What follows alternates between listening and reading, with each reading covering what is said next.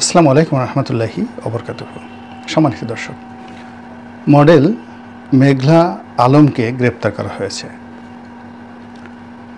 এবং তাকে 1974-এর যে বিশেষ ক্ষমতা আইন, খুবই বিতর্কিত আইন, সেই আইনের ক্ষমতা বলে তাকে আটক করা হয়েছে। অর্থাৎ কোনো কারণ না দর্শিয়ে রাষ্ট্র তার ইচ্ছা মতো যে কোনো ব্যক্তিকে আটক করার যে ক্ষমতা, সীমাহীন ক্ষমতা, এই অধ্যাদেশের মাধ্যমে ভোগ করে। এই অধ্যাদেশটিকে নিয়ে এটি প্রণয়নের পর থেকে যত আন্দোলন, লড়াই, সংগ্রাম হয়েছে, কিন্তু দুর্ভাগ্য হলো যে যারাই ক্ষমতা এসেছে তারাই এই অধ্যাদেশটিকে ব্যবহার করেছে, এটিকে বাতিল করেনি।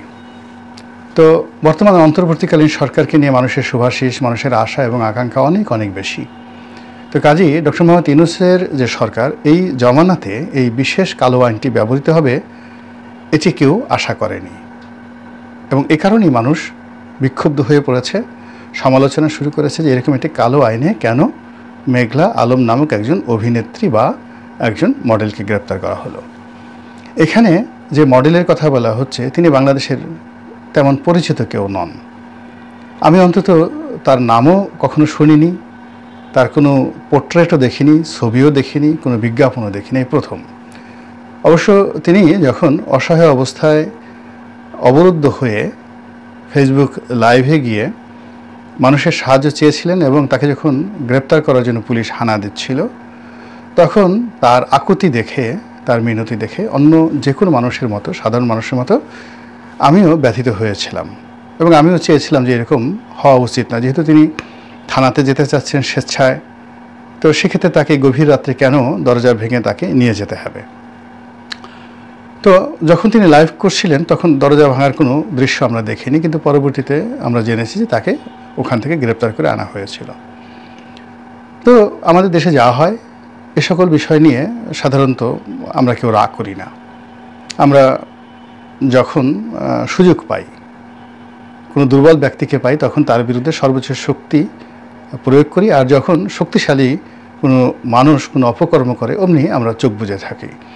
তো সেক্ষেত্রে এরকম একজন নারী, তাকে গভীর রাত্রে পুলিশ তুলে নিয়ে যাচ্ছে, ভদ্রমহিলা লাইভে কান্নাকাটি করছেন, তারপরও পুলিশ থামছে না। এর অর্থ যে এর পেছনে খুবই শক্তিশালী একটি হাত রয়েছে।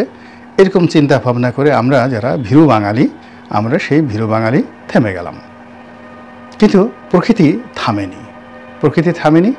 এর কারণ হলো যে ভদ্র মহিলাকে গ্রেপ্তার করা হয়েছে, আটক করা হয়েছে এবং তাকে থানা হাজতে পাঠানো হয়েছে। সম্ভবত এই ভদ্র মহিলার সঙ্গে অনেকের ভালো সম্পর্ক ছিল। সেটি ব্যক্তিগত পর্যায়ে হতে পারে, সামাজিক পর্যায়ে হতে পারে, শারীরিক পর্যায়ে হতে পারে, মানসিক পর্যায়ে হতে পারে, কিংবা অর্থনৈতিক পর্যায়ে হতে পারে। কিন্তু তাকে যতটা অবলা মনে করা হয়েছিল তিনি আসলে ততটা অবলা নয়।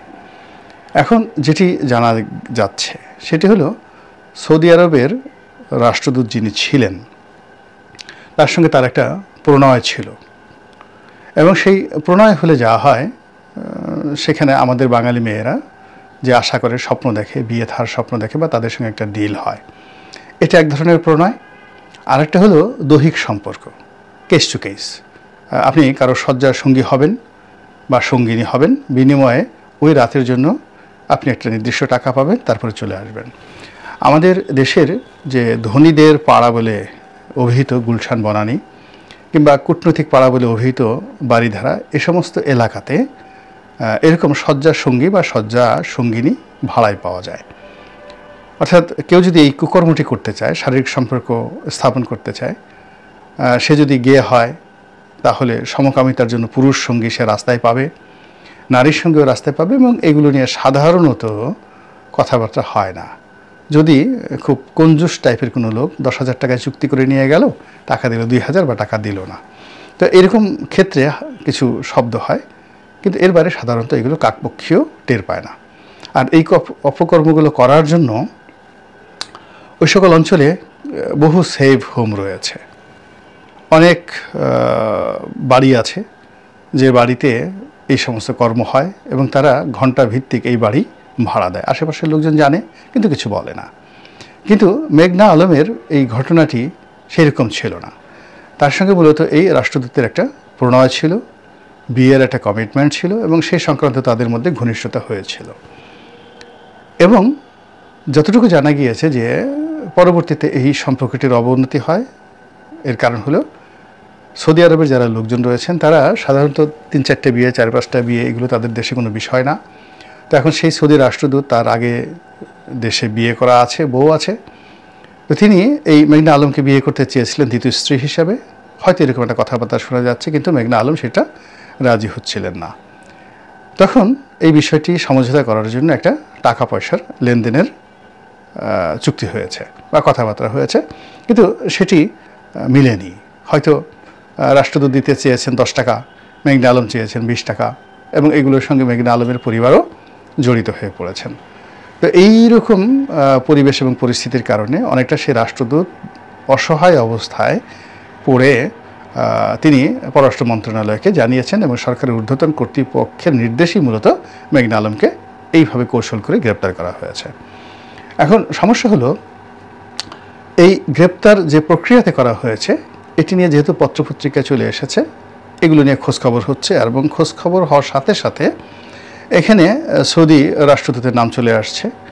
আসার পরে সঙ্গত কারণে সৌদি আরব বিক্ষুব্ধ, তারা লজ্জিত, অনুতপ্ত, এবং সেই যে রাষ্ট্রদূত তার ক্যারিয়ার এখানে শেষ হয়ে গেছে।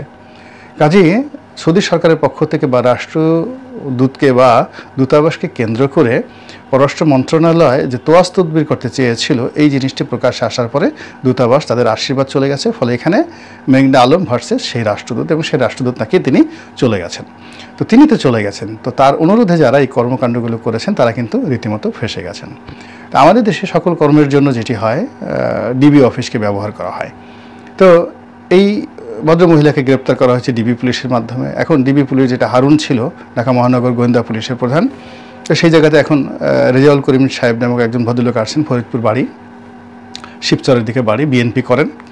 তো তিনি বেশ দায়িত্ব পালন করছিলেন এবং পেপার পত্রিকায় না এসে, মিডিয়াতে না যেয়ে, ভাতের হোটেল তৈরি না করে মোটামুটি ডিবিকে একটা অ্যাক্টিভ প্রতিষ্ঠানে পরিণত করে ফেলেছিলেন। এখন যেহেতু তিনি এই বাহিনীর প্রধান, তাকে ইতিমধ্যে স্যাক করা হয়েছে, অর্থাৎ তাকে ডিবি অফিস থেকে সরিয়ে অন্যত্র দিয়ে দেওয়া হয়েছে।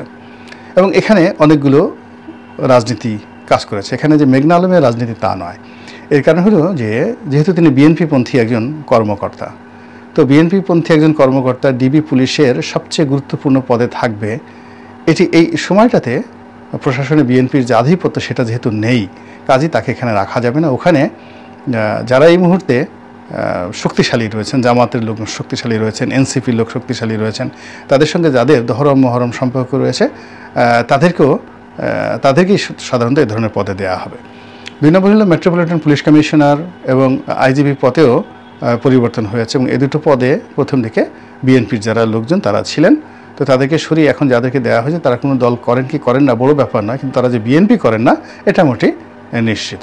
ফলে পুলিশের মধ্যে যে বিএনপিকরণ হচ্ছিল খুব দ্রুততার সাথে, সেটা এখন বিএনপির সেই প্রভাব প্রতিপত্তি থেকে বিএনপিকে দূরে সরিয়ে রাখা হচ্ছে, এবং মেঘনা আলমের এই ঘটনাকে কেন্দ্র করে বিএনপিকে একটা শিক্ষা দেওয়া হলো এবং এই রেজাউল করিম সাহেবকে সরিয়ে দেওয়া হলো। এটা একটা তুলকালাম কাণ্ড।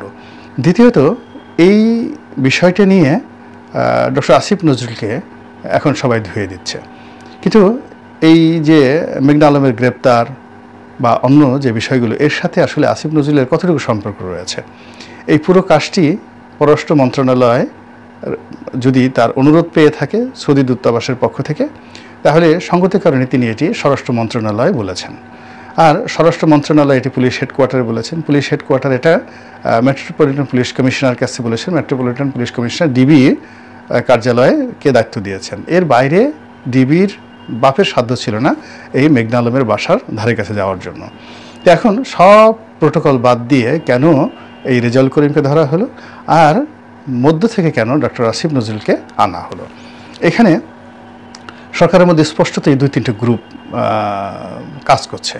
প্রথম কাজ করছে হলো যে ডক্টর আসিফ নজরুল এবং তার পছন্দের কিছু মানুষ এখানে নিয়োগ লাভ করেছেন। যেমন ডক্টর আসিফ নজরুল, তার খুব ঘনিষ্ঠ মনির হায়দার, সাংবাদিক মনির হায়দার, তার খুবই ঘনিষ্ঠ গোলাম মুর্তজা, তারপরে তার খুবই ঘনিষ্ঠ তিশা এবং মোস্তফা সরোয়ার ফারুকি।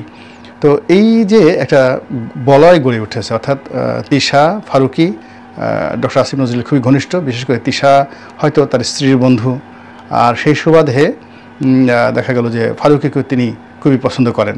দ্বিতীয়ত তিনি সংস্কৃতি মনা মানুষ। মুস্তফা সরোয়ার ফারুকীর অনেক নাটকের তিনি, আমি দেখলাম যে ফেসবুক স্ট্যাটাস দিচ্ছেন অতিপূর্বে যখন তিনি উপদেষ্টা ছিলেন না, তার এই নাটকগুলো খুব পছন্দ, অনেকগুলো চরিত্র মিশুকে তার খুবই পছন্দ। তো তার যখন সুযোগ এসেছে তখন তিনি তার পছন্দের লোকদেরকে তিনি নিয়োগ দেবেন, এটাই তো স্বাভাবিক।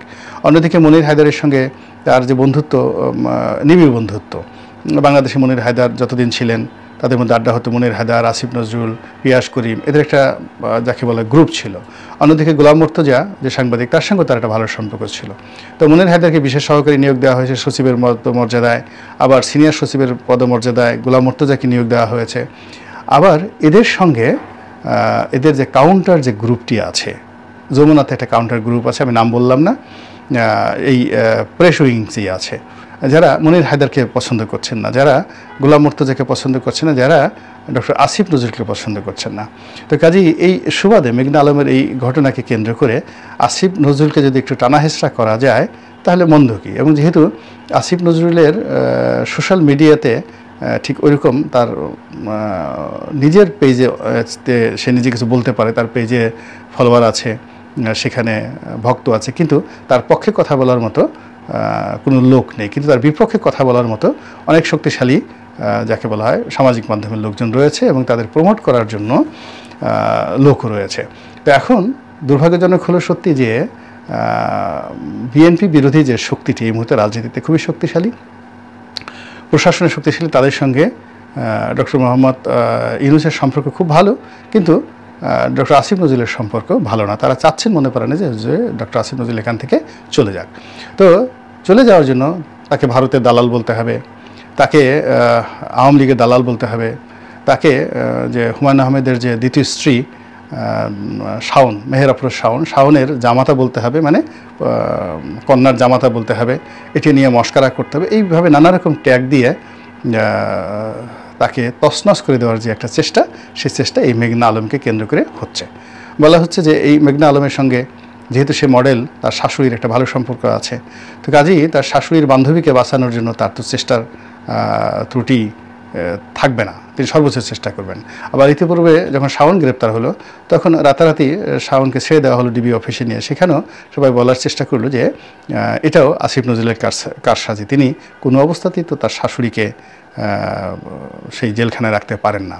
কিন্তু আপনারা যারা হুমায়ুন আহমেদের পরিবার সম্পর্কে জানেন তারা সবাই ভালো করে জানেন যে শিলা আহমেদ এবং আসিফ নজরুল এই দম্পতির সঙ্গে শাওনের সঙ্গে দা কুমড়ার সম্পর্ক, আবার শাওনের সঙ্গে সেই নুহাসের দা কুমড়ার সম্পর্ক। অর্থাৎ শাওন তার যে ভুবন, তার যে জায়গা, এটা তিনি একাই লড়ছেন, তার মতো করে লড়ছেন। তিনি হুমায়ুন আহমেদকে যেভাবে ধারণ করতে পারছেন ঠিক সেভাবে হুমায়ুন আহমেদের যে প্রথম স্ত্রী এবং তার পরিবার, তারা হুমায়ুন আহমেদকে ওইভাবে শাওনের কারণে ধারণ করতে চাচ্ছেন না। এমনকি একবার নুহাস হুমায়ুনকে বলা হচ্ছিল যে আপনি হুমায়ুন আহমেদের সন্তান, এই লিগেসির কারণে কি আপনার ভিতরে এই মেধা আসছে কিনা। তো এটাকে তিনি খুব রুডভাবে একটা উত্তর দিয়েছিলেন, যেটি নিয়ে খুব সমালোচনা হয়েছিল এবং নুহাস সেটাকে তিনি পরবর্তীতে ক্ষমা পর্যন্ত চেয়েছিলেন। এখন এই যে টানাটানি হচ্ছে মেঘনা আলমকে নিয়ে, এবং এখানে রেজাউল করিম সাহেব চাকরি হারালেন, চাকরি এখন হারাননি, মানে তাকে পদ হারাতে হলো।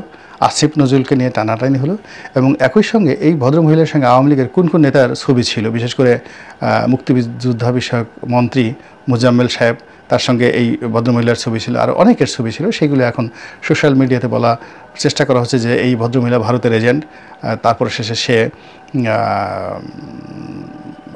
আওয়ামী লীগের এজেন্ট, এবং আওয়ামী লীগ এবং ভারতের এজেন্টটা বাস্তবায়ন করার জন্য কূটনীতি পাড়ায় সে হানি ট্র্যাপ করে সে দুটো কাজ একসঙ্গে করে।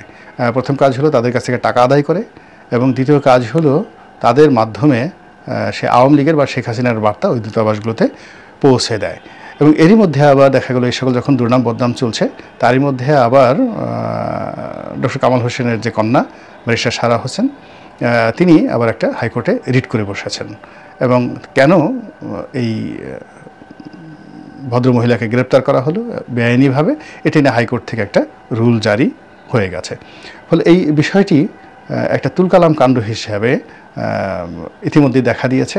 এটা আগামীতে হয়তো আরও মন্দ কিছু হবে এখান থেকে।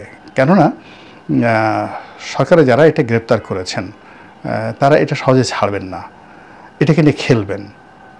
একটা ইনস্ট্রুমেন্ট পাওয়া গেছে এবং এটাকে নিয়ে খেলতে খেলতে গিয়ে যদি 2-4 আরও 10 জনের ক্যারেক্টার অ্যাসাসিনেশন করা যায়, কিংবা ধরুন রেজাউল করিম সাহেব যিনি ডিবি প্রধান, তাকে যেভাবে পদচ্যুত করা হয়েছে, মানে পদ থেকে সরিয়ে দেওয়া হয়েছে, একইভাবে যদি উপদেষ্টা মণ্ডলীতে আসিফ নজরুলকে নাজেহাল করা যায়, তাকে পদচ্যুত করা যায়, তাকে সরিয়ে দেওয়া যায়, বা তার সহযোগী যারা আছে তাদেরকে বিব্রত করা যায়, ফারুকীকে বিব্রত করা যায়, তিশাকে বিব্রত করা যায়, তাহলে এই সুযোগ কেন সরকারের মধ্যে আসিফ নজরুল বিরোধী যারা গ্রুপ রয়েছেন তারা এই সুযোগটি কেন হারাবেন? ফলে কাজেই যে তুলকালাম শুরু হয়েছে, এই তুলকালাম খুব সহসা শেষ হবে বলে আমার কাছে মনে হচ্ছে না। আল্লাহ আমাদের সবাইকে হেদায়েত দান করুন এবং হেফাজত করুন। আসসালামু আলাইকুম ওয়া রাহমাতুল্লাহি ওয়া বারাকাতুহু।